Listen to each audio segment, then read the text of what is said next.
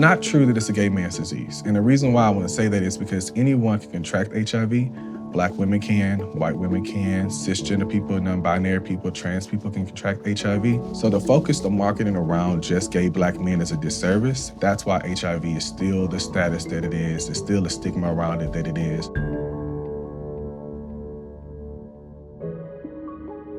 My name is Jordan Edwards. I am the Center Director at the Normal Anomaly Initiative, and we focus on serving the most marginalized community, which are those in the intersections of Black and queer.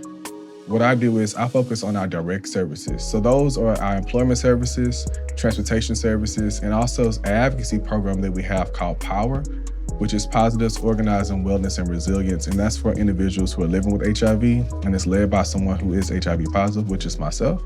As far as when I started having sex with men, my mother wanted I like this answer, but I've been having sex with men for a very long time.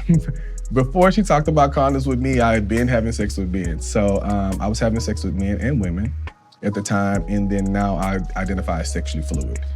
I moved away and went to Virginia for a couple of years to get closer to my grandfather and my family up there, and I met this guy.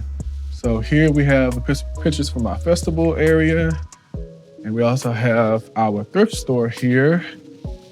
So our thrift store, this is our community corner where we have individuals who provide donations, and then we take that and put that back into our direct services. And I decided that, you know what, I want to, explore this. I want to see what that's like. Let me actually date. Let me actually try to have a relationship.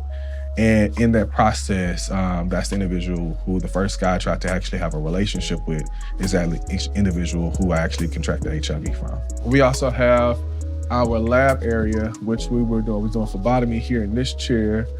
And we have our items where people come in, get their blood drawn, sit in a chair and pop and give us their blood and things like that.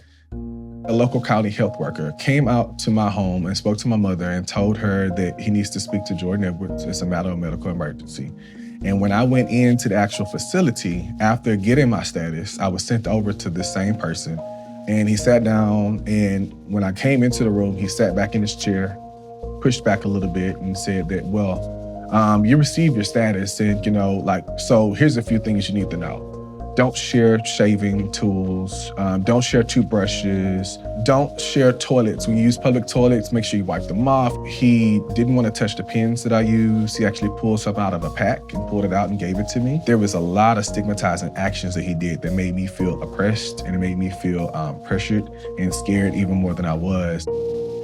So we had our first Black queer, which is Houston and Texas's first Black queer music festival.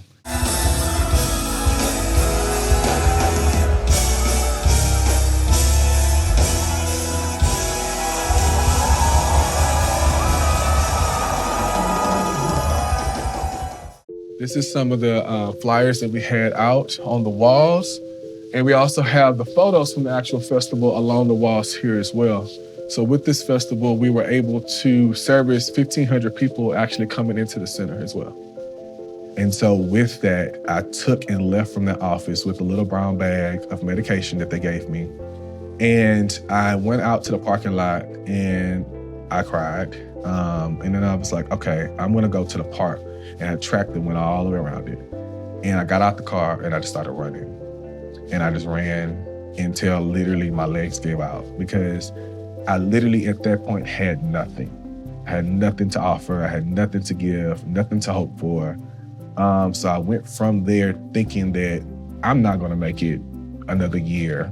It's not possible.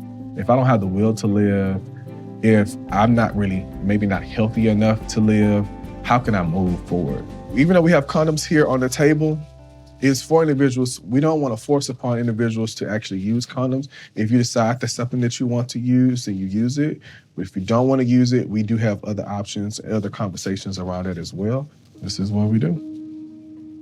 I actually told my family about my HIV status first, before my sexuality. So with my actual HIV status, I told my mother first. And I go in, and she's sitting in a chair, and I said, I have something to tell you, and I'm already crying. I'm just like tears coming out of my eyes. And she was like, what's going on? And I was like, well, when the guy came to the house and said that it was a matter of medical emergency. When he was coming to talk to about, I'm actually like living with HIV. And she took a deep breath in and she kind of like teared up and cried a little bit. She said, "Oh, my baby." And she grabbed me and she held me and she said, "It's gonna be okay. Mama's here for you." And that was not the response I was expecting. Not that my mother's not loving. It's just that the fear factor around what is it that you're gonna receive when somebody finds out you live with HIV. So I had to go back to the healthcare system, and I finally met an individual who was a community health worker who was caring, who was loving. It was a cisgender white woman, and she sat down with me and she talked with me, and then she introduced me to someone else who was a cisgender Black female. She said, "You need to understand that this is something that you're living with, but it does not control your life. We can live with diabetes and not have a problem. We can live with high blood pressure and not have a problem. We can talk about thyroidism, leukemia. We can talk about different types of cancers. And it's like praise that you're doing well and you're taking care of yourself. But when someone says you have HIV, the stigma around sex, the stigma around understanding that it's something that is a sexually transmitted disease, that's something that causes individuals to feel concerned, or we still can't be open and liberated around sex, even though individuals are having it, whether they be with themselves or plenty of other people. But we can't be liberated and talk about that. That's the scary piece. That's what causes the stigma, because the force of trying to not talk about certain things in certain spaces. If it's a health crisis, it's a health crisis. Let's take care of the health of the person.